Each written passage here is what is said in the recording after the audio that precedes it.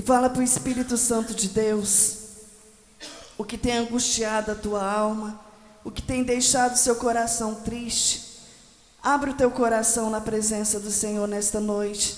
Ele pergunta para mim e para você: o que queres que eu te faça? Porque Ele está aqui. O que o homem não pode fazer, o Senhor, Ele pode fazer o impossível. Porque o nosso Deus é o Deus de provisão, é o Deus que manda manar do céu para suprir as nossas necessidades. É o Deus que ressuscitou Lázaro depois de 3 dias, porque Ele é Deus, e Ele faz o impossível na minha e na sua vida, se nós crermos, amém? Soberano Deus e eterno Pai. Papai querido, nós já te louvamos, nós já te engrandecemos, nós exaltamos o teu santo nome. Papai querido, agora vem a melhor parte, que é o nosso alimento espiritual. Esse alimento, ó Pai, que tem poder de transformação, poder de libertação, de cura e de salvação. Papai querido, eu apresento, Papai querido, o coração de cada um dos irmãos que estão aqui conosco. Apresento o coração de cada um que está nos ouvindo nesta noite. Papai querido, que o Senhor venha sondar o coração de cada um. Que o Senhor, Pai, venha receber o clamor da tua igreja, porque o Senhor conhece a necessidade de cada um nesta noite. E que a tua palavra, ó Pai, que vem do seu coração para os nossos corações, venha trazer vida, venha trazer esperança, venha ressuscitar sonhos nesta noite. Papai querido, nós apresentamos o teu servo que irá ministrar a tua palavra. Papai querido, que o Senhor continua usando ele para falar com a tua amada igreja. É o que nós te pedimos, ó Pai, em nome de Jesus, amém? Glória a Deus. Pega as vossas Bíblias em nome de Jesus.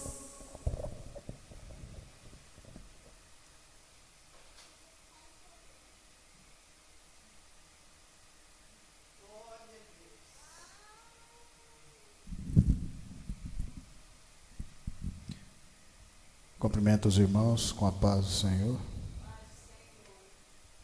Glória a Deus, é sempre uma alegria imensa, né? Estarmos aqui reunidos para aprender um pouco mais da palavra do Senhor. Abram vossas Bíblias no livro de Marcos, capítulo 11, versículo 12. Marcos, segundo livro do Novo Testamento.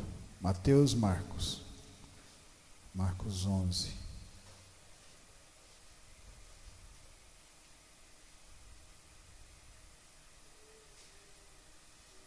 Capítulo 11, versículo 12.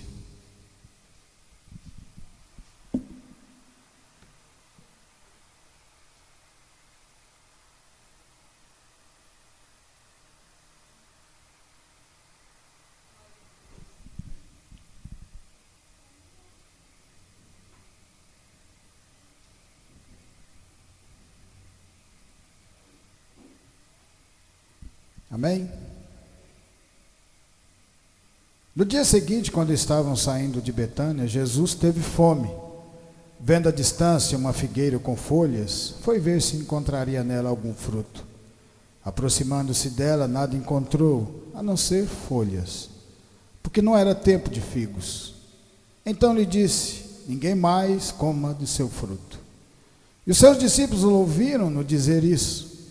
Chegando a Jerusalém, Jesus entrou no templo e ali começou a expulsar os que estavam comprando e vendendo. Derrubou as mesas dos cambistas e as cadeiras dos que vendiam pombas, e não permitia que ninguém carregasse mercadorias pelo templo. E ele os ensinava dizendo: não está escrito, a minha casa será chamada casa de oração para todos os povos? Mas vocês fizeram dela um covil de ladrões. Os chefes dos sacerdotes e os mestres da lei ouviram essas palavras e começaram a procurar uma forma de matá-lo, pois temiam, visto que toda a multidão estava maravilhada com seu ensino. Ao cair da tarde, eles saíram da cidade.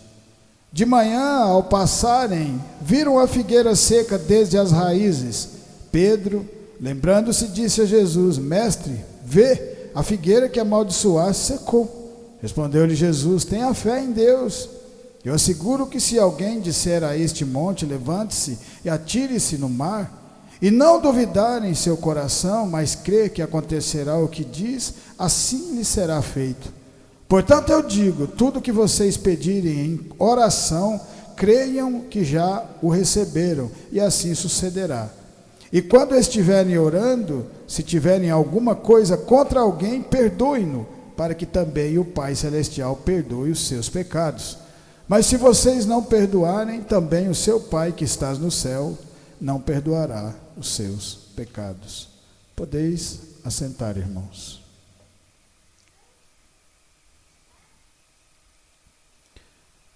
Jesus Cristo já estava perto de se entregar na cruz. Ele passa por uma figueira que estava toda cheia com as folhas verdes. E naquele momento Jesus se aproxima para ver se existia figos, mas não tinha, e Jesus já sabia que não tinha. Ali naquele momento ele estava dando mais um pouco de ensinamento aos seus discípulos, para que eles prestassem atenção. A mesma coisa acontece quando a gente vem aqui ouvir a palavra de Deus. Deus quer que vocês também prestem bastante atenção na palavra, que vocês prestem atenção nos sinais que Deus mostra. Às vezes passamos despercebidos, porque às vezes nós estamos mais preocupados com as coisas do mundo que com as coisas de Deus. Às vezes nós estamos mais preocupados com o salário, nós estamos mais preocupados com o alimento do que com Deus. E a palavra de Deus fala, coloca eu em primeiro lugar na sua vida e eu faço a diferença. E as demais coisas vos serão acrescentadas. Naquele momento Jesus fala que ninguém nunca mais ia comer do fruto daquela figueira. E Marcos faz uma comparação com a entrada de Jesus no templo, onde o povo estava fazendo vendas de pombas, de animais, dentro do pátio, onde os gentios tinham o direito de ir lá para adorar a Deus. Naquele momento, o povo estava vendendo mercadorias e não tinha como os gentios entrarem naquele lugar para orarem. Por isso que o Senhor Jesus fica indignado. Se você notar, é a única maneira que Jesus Cristo fica indignado, quando ele vê o próprio povo fazendo da casa de Deus casa de comércio. Porque no intuito da gente vir até aqui é sempre ouvir a palavra do Senhor. Aparência. Aquela figueira estava com aparência que tinha frutos. Ela estava, porque a figueira, para ter os frutos, ela primeiro ficava com as folhas cheias, verdes.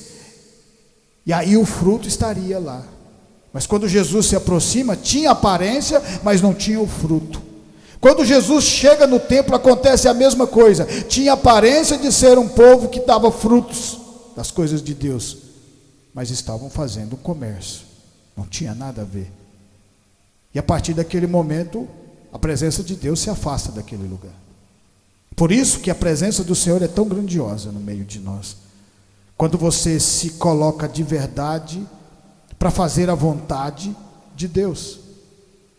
Quando Jesus está voltando, Pedro olha e vê aquela figueira seca, e a palavra de Deus fala que de cima até as raízes. E Jesus fala para nós termos fé, que se você tiver fé e pedir algo para Deus em oração, você vai receber. Mas se você notar no finalzinho, o que é que Jesus fala? Se você tiver contra alguém uma coisa, você tem que na oração perdoar essa pessoa. Perdoar, amar, porque o perdão daquilo que as pessoas às vezes fazem mal a gente, faz com que o nosso coração seja transformado, e você aprenda a amar o próximo, porque quando você ama o próximo, não importa o que ele está passando. O próximo pode ser uma pessoa que está perdida nas drogas, na bebida, na prostituição, porque o Senhor Jesus curou todas essas pessoas, porque o Senhor Jesus amou todas essas pessoas. E Ele pede para que nós nos compadeçamos. E quando nós nos compadeçamos daquilo que é a palavra de Deus, daquilo que são as pessoas que estão passando por essas dificuldades, aí sim você vai começar a gerar frutos da palavra de Deus. Em Gênesis 45, vamos ver como isso acontece. Lá no comecinho, Gênesis 45. A palavra de Deus fala assim. Gênesis 45. Porque senão seria muito fácil.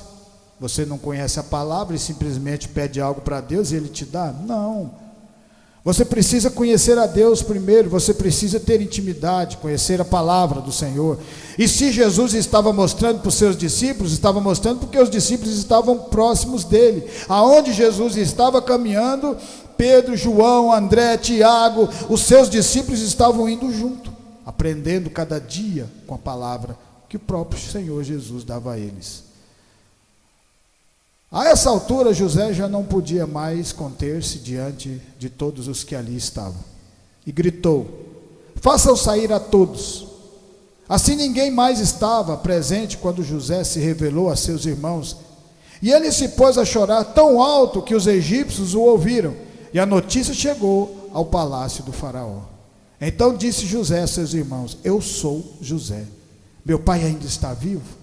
Mas os seus irmãos ficaram tão pasmados diante dele que não conseguiam responder-lhe. Cheguem mais perto, disse José a seus irmãos. Quando eles se aproximaram, disse-lhes: eu sou José, seu irmão, aquele que vocês venderam ao Egito. Agora não se aflijam, não se recriminem por terem me vendido para cá, pois foi por salvar vidas que Deus me enviou diante de vocês.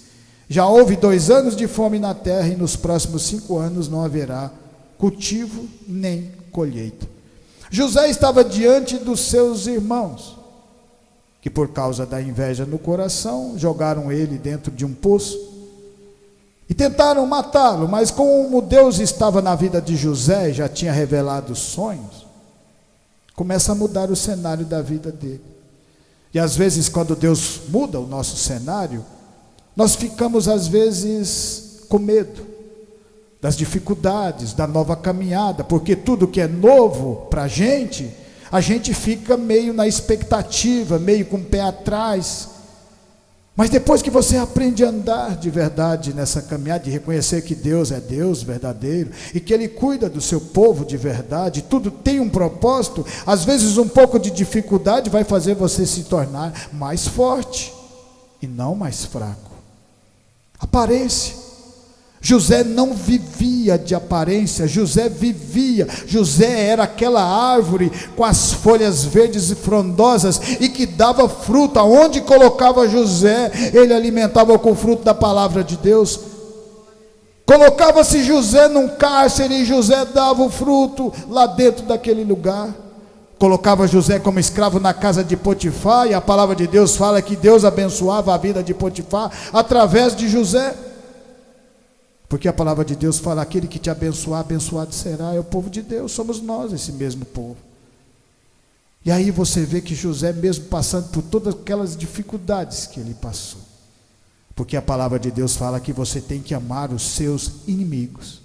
Você tem que amar aquelas pessoas que têm raiva de você, aquelas pessoas que às vezes você não entende por que está naquela vida, mas que você pode orar e fazer a diferença na vida, e mudar a vida dela, e trazer para perto de Deus, porque esse é o verdadeiro sentido do que Jesus estava falando para os seus discípulos. Não ser uma árvore que tem folhas verdes, mas não dá fruto, mas uma árvore com folhas e com fruto. E todo fruto da árvore vai dar sempre no tempo determinado por Deus. José não começa a sua caminhada dando frutos, ele começa a dar frutos na dificuldade lá na frente. E o momento mais incrível na vida de José é quando ele tem um encontro com seus irmãos. Um José que estava esquecido, um José que para o pai já estava morto, para os seus irmãos não importava onde estava, se estava vivo ou morto, escravo, não importava, mas Deus muda a vida de José e faz ele se tornar o governador do Egito, o homem mais poderoso depois do próprio faraó, porque Deus era com ele. E por que Deus era com José? Porque José estava aprendendo aquela caminhada, aprendendo com as dificuldades, aprendendo a amar as pessoas.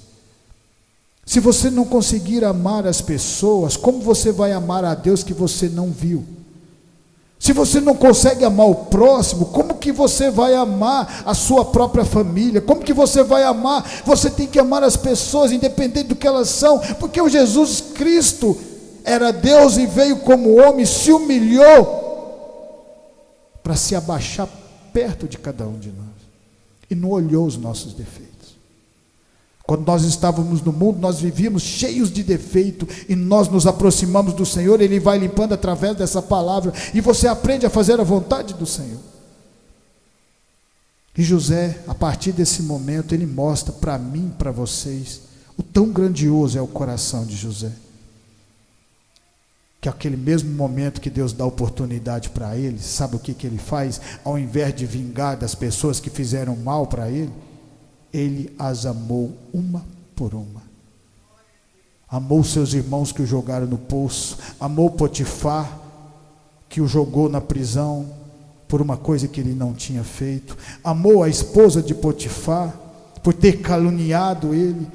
Você não vai ver hora nenhuma José se vingando, porque José era a imagem de Jesus, porque José era uma pequena sombra daquilo que o Senhor Jesus é nas nossas vidas.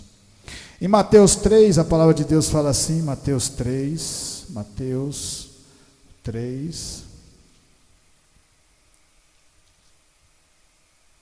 do 1 a 10, Mateus 3, do 1 a 10. Naqueles dias surgiu João Batista pregando no deserto da Judéia. Ele dizia: arrependei-se, pois o reino dos céus está próximo. Este é aquele que foi anunciado pelo profeta Isaías, voz do que clama no deserto: prepare um caminho para o Senhor, façam veredas retas para ele. As roupas de João eram feitas de pelo de camelo, e ele usava um cinto de couro na cintura. O seu alimento era gafanhotos e mel silvestre. A ele vinha gente de Jerusalém, de toda a Judéia, de toda a região ao redor do Jordão, confessando seus pecados, eram batizados por ele no rio Jordão. Quando viu que muitos fariseus e saduceus vinham para onde ele estava batizando, disse-lhes: raça de víboras, quem deu a vocês a ideia de fugir da ira que se aproxima? Deem fruto que mostre o arrependimento. Frutos que mostrem o arrependimento. Uma árvore frondosa com as folhas verdes que dá o fruto do Espírito de Deus. Você vê que João Batista era totalmente ao inverso aos fariseus e saduceus, que vestiam roupas, tinham joias caras, roupas bonitas, andavam com o peito aberto, glorificando o nome de Deus para que as pessoas vissem e ouvissem. E esse João Batista era totalmente o inverso. Não tinha as roupas caras, se alimentava na dificuldade, daquilo que o deserto oferecia para ele, mas ele tinha algo muito superior àquilo que os fariseus tinham. Ele tinha a obra de Deus na sua vida, ele tinha Deus na sua vida, e por isso ele continuava pregando no Jordão. No começo você acha que muitas pessoas iam ouvir a voz de João Batista naquele lugar, e ele desistiu por causa daquilo? Arrependei-vos, porque é chegada a hora. E a partir daquele momento você olha que João Batista era aquela folha verde, aquela árvore frondosa, e que dava o fruto que Deus estava esperando, porque ele não estava olhando para as coisas do mundo. Por isso Deus o colocou no deserto, e Deus quer que nós também façamos a mesma coisa. Ele então está dizendo para que a gente pare de trabalhar, ele está dizendo que você faça algo que mostre o fruto de Deus, o amor verdadeiro às pessoas que estão com problemas. Como eu vou fazer isso? Orando. Jesus não falou? Se você orar para as pessoas que estão caluniando vocês, que estão falando mal de vocês, e para o crente isso é fácil, porque a maioria das pessoas taca pedra em nós. Então ore por elas, porque um dia vocês vão ver elas entrarem aqui dentro.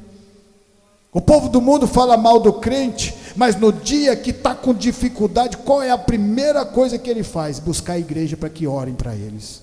Não é verdade? Esse é o verdadeiro sentido do Evangelho. Não viver de aparência, mas viver verdadeiramente o Evangelho que Deus tem para cada um de nós.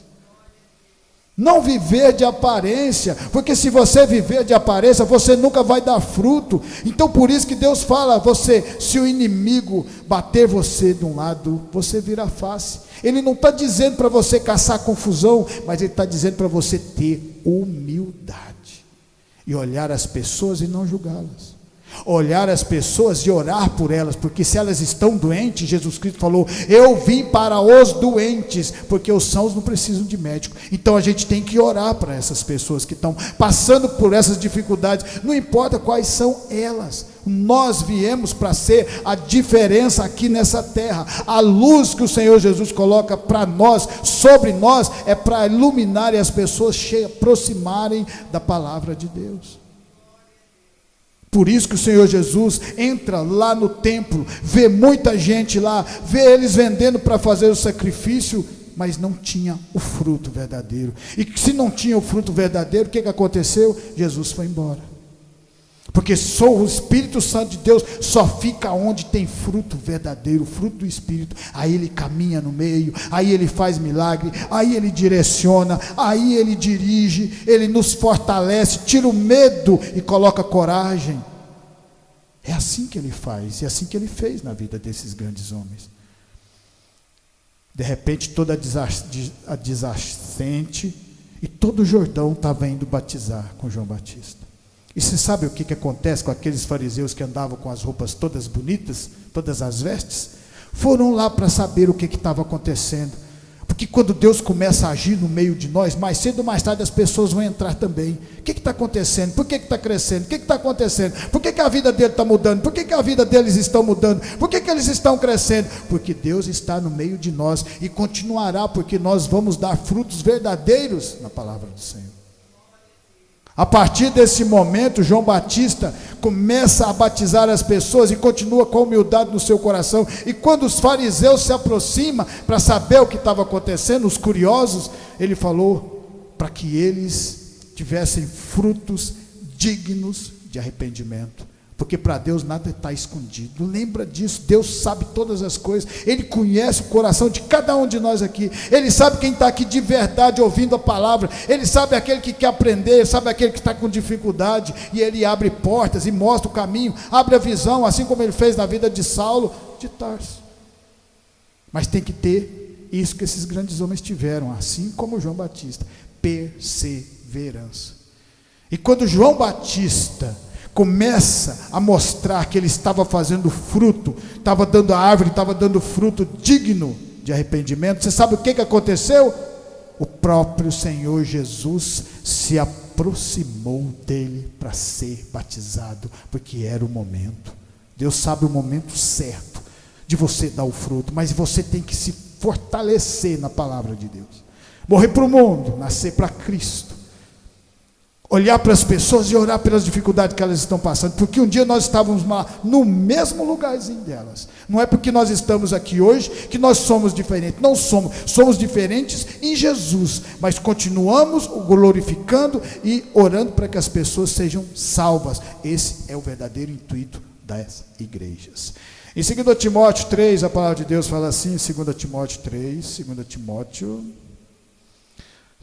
Timóteo 3,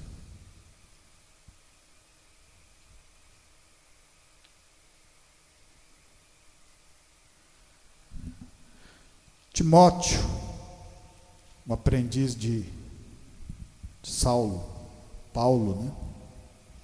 Timóteo 3, 2 Timóteo 3, do 1 a 10.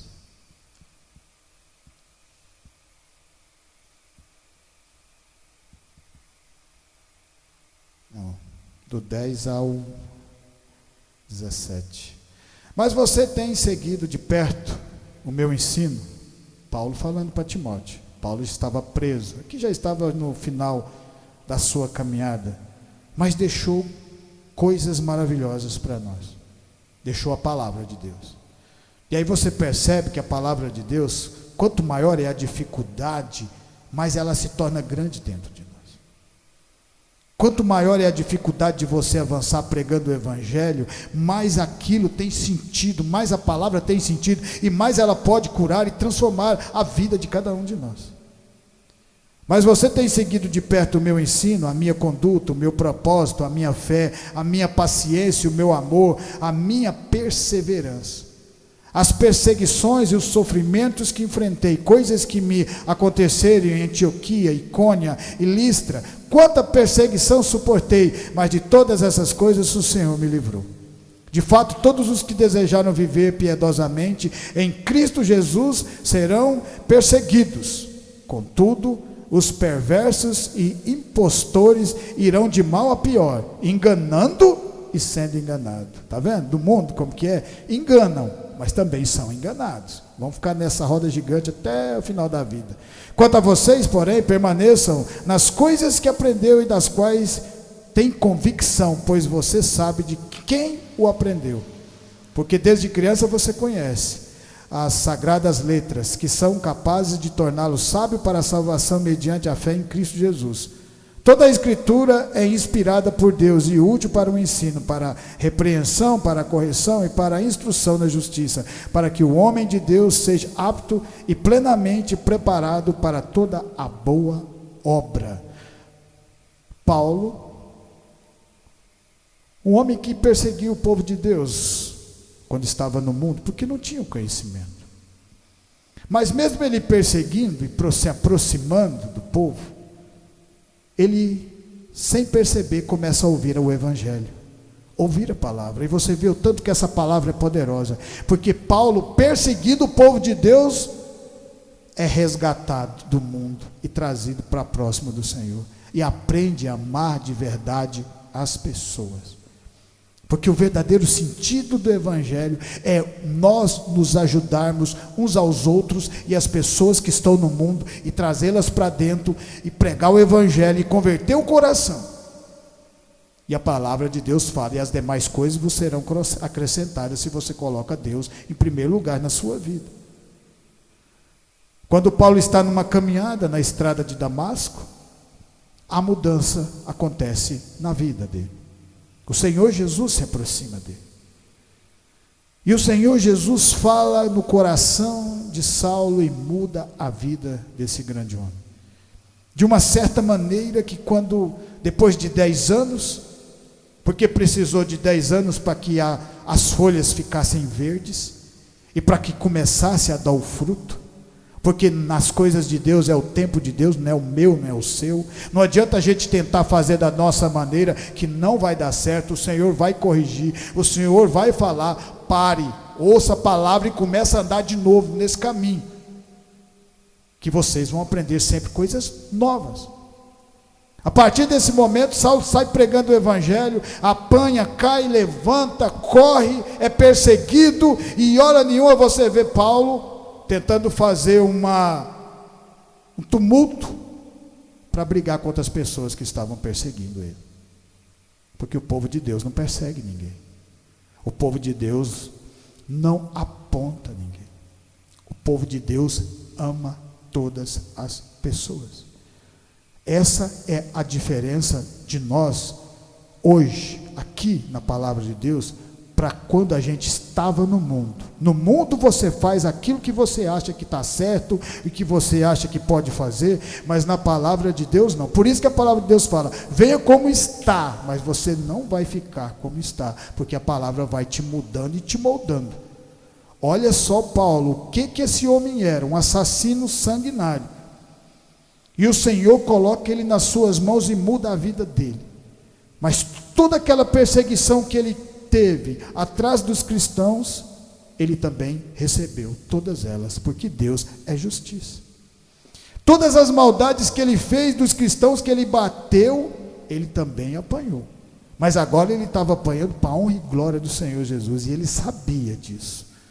Por isso que no final de 2 Timóteo, ele fala, combati o bom combate, acabei a carreira e guardei a fé. Porque ele sabia que tudo aquilo que ele estava fazendo, que ele fez, foi o propósito de Deus na vida dele. E isso é para nós também. Porque se cada um de vocês também quiser entrar nessa caminhada, vocês sabem que vai ter dificuldade, mas vai ter milagres também. Vai haver momento que vocês vão querer desistir, mas o Senhor Jesus pega pela mão e fala, continua meu filho, porque agora está perto de você ver a glória do Senhor. Tem que continuar firme, porque quando as batalhas do mundo vierem contra você, não é você que vai lutar contra elas mais. Agora quem luta contra é Deus, e Deus nunca perdeu uma batalha. Em João 21, nós já estamos terminando, João 21, 15 A palavra de Deus fala assim, João 21.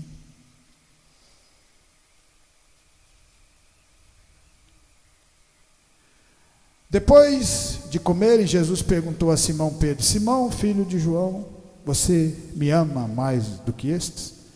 Disse ele: sim, Senhor, tu sabes que te amo. Disse Jesus: cuida dos meus cordeiros.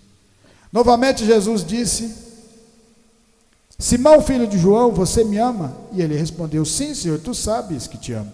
Disse-lhe Jesus: pastorei as minhas ovelhas. E pela terceira vez ele disse: Simão, filho de João, você me ama? Pedro ficou magoado porque Jesus lhe perguntara pela terceira vez: você me ama? E ele disse: Senhor, tu sabes todas as coisas e sabe que te amo. Esse Pedro aqui, um grande homem de Deus, assim como nós, cometeu erros na caminhada, e na caminhada com o Senhor, mas ele tinha algo tão forte no coração, chamado perseverança, que ele continuava caminhando, errava, aprendia com o erro, levantava e continuava, até que chegou no momento, que está lá em Atos dos Apóstolos, que a sombra de Pedro estava curando as pessoas, era o próprio Espírito Santo de Deus que estava dentro dele. Quando Jesus Cristo é preso, Pedro corta a orelha de um eunuco. Jesus, naquele momento, fala para Pedro que, se ele quisesse, ele orava para Deus e ele mandava ali 10 legiões de anjos. Pedro, naquele momento, não era para ter negado o Senhor Jesus, mas negou. E o que é mais bonito da folha verde da figueira, quando ela está dando fruto, o fruto verdadeiro, aquele fruto que o Senhor espera de cada um de nós, não apenas a aparência, mas ser verdadeiro no Evangelho do Senhor. É difícil? É, mas não, nada é impossível para Deus, lembra disso. E você vê o que o Senhor Jesus fala com Pedro, depois que ele já tinha ressuscitado. Pedro já estava pescando, não queria saber de pregar o Evangelho. Olha o que ele pergunta por 3 vezes: tu me ama? Então apacenta as minhas ovelhas. Tu me ama? Então apacenta as minhas ovelhas. Ele falou 3 vezes porque Pedro negou 3 vezes, mas ele fala: se você me ama, se você ama o Evangelho, se você ama as coisas de Deus, então você também tem que amar o próximo, sem olhar as dificuldades que ele está passando, sem olhar pela vida que ele está passando. Se você me ama, apacenta os meus cordeiros. Esse é o verdadeiro sentido do Evangelho. Para você amar Jesus, nós temos que amar uns aos outros e nos ajudar sempre, sendo uma família em Cristo. Porque o corpo de Cristo é a igreja, e cada um de nós é um membro da igreja que faz a vontade de Deus.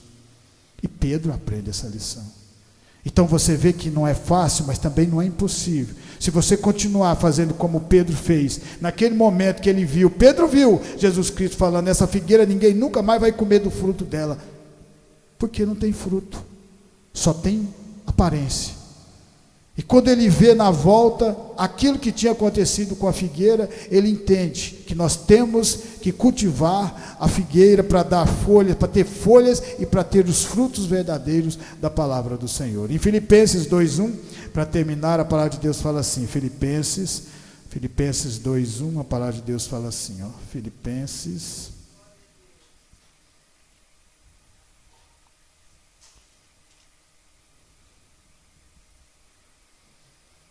Se por estarmos em Cristo nós temos alguma motivação, alguma exortação de amor, alguma comunhão no Espírito, alguma profunda afeição e compaixão, completa é a minha alegria tendo o mesmo modo de pensar, o mesmo amor, um só Espírito e uma só atitude. Nada faço por ambição, egoísmo, por vaidade, mas humildemente considerem os outros superiores a vocês mesmos.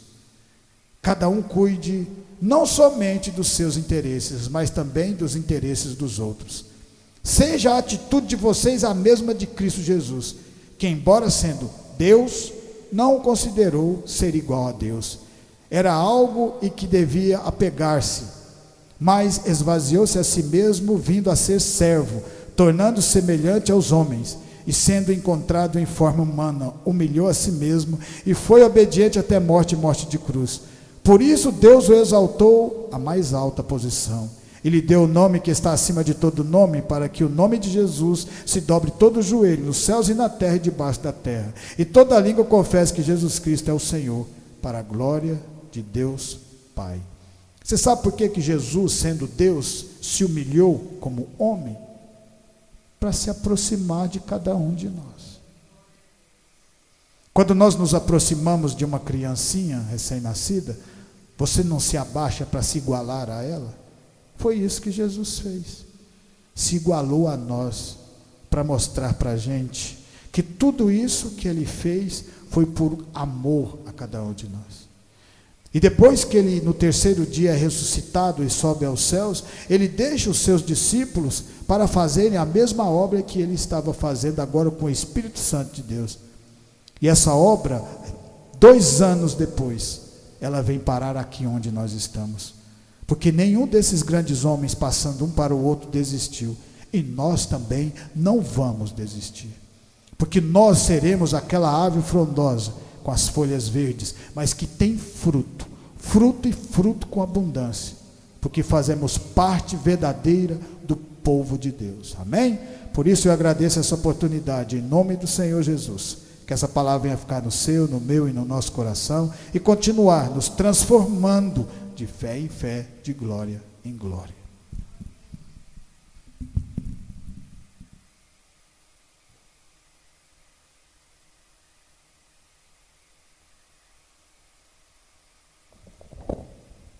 Amém? Quem precisa de oração? Então vamos colocar de pé. Vamos estar orando pelos pedidos de oração.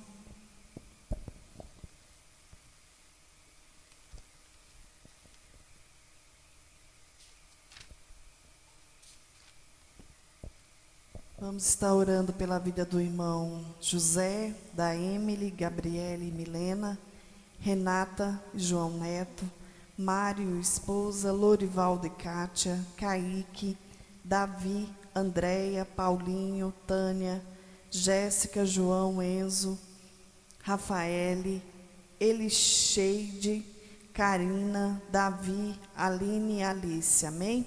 Levanta suas mãos para o céu. Soberano Deus e eterno Pai, Papai querido, nesta noite nós apresentamos diante do teu altar cada vida, ó Pai, cada nome que foi citado diante de Ti. Papai querido, o Senhor é um Deus de perto e um Deus de longe.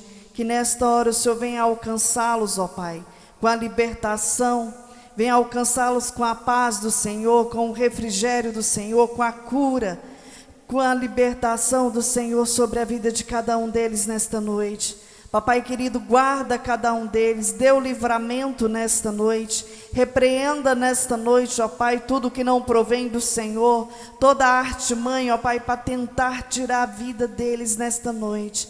Que o Senhor venha repreender e lançar por terra, em nome de Jesus, mas que a paz do Senhor venha estar sobre eles. Envia anjos ministradores, ó Pai, da Tua palavra, para ministrar a Tua palavra de salvação para cada um deles, ó Pai, nós te pedimos. Papai querido, e apresentamos também a vida dos irmãos que estão aqui conosco, ó Pai, que o Senhor venha derramar bênçãos sem medida sobre a vida de cada um aqui nesta noite. Que o Senhor venha renovar as forças, que o Senhor venha, ó Pai, derramar da Tua paz, do Teu refrigério, da Tua cura nesta noite sobre a Tua igreja. Da mesma forma o Senhor venha alcançar cada um que nos ouviu nesta noite, alcança com as bênçãos sem medidas do Senhor sobre a vida de cada um deles. Papai querido, apresentamos também, ó Pai, cada ônibus que sai daqui para levar os alunos, que o Senhor continua guardando, que o Senhor continua livrando do homem sanguinário, do homem fraudulento, livrando do acidente, ó Pai, nós te clamamos nesta noite. Papai querido, que o Senhor, ó Pai, venha à frente, essa semana se inicia e nós apresentamos o Senhor à frente, que o Senhor venha suprir todas as nossas necessidades materiais e espirituais. Nós te pedimos, ó Pai, em nome de Jesus, e que a unção da capacitação do Senhor venha ser derramada sobre a Tua igreja, que que tudo que fizermos, ó Pai, venha ser por excelência, em nome do Senhor Jesus. Amém? Estendo as mãos, que a graça do nosso Senhor Jesus Cristo, o grande amor de Deus e as doces consolações do Espírito Santo estejam com cada um de nós, e nós dizemos amém. Glória a Deus.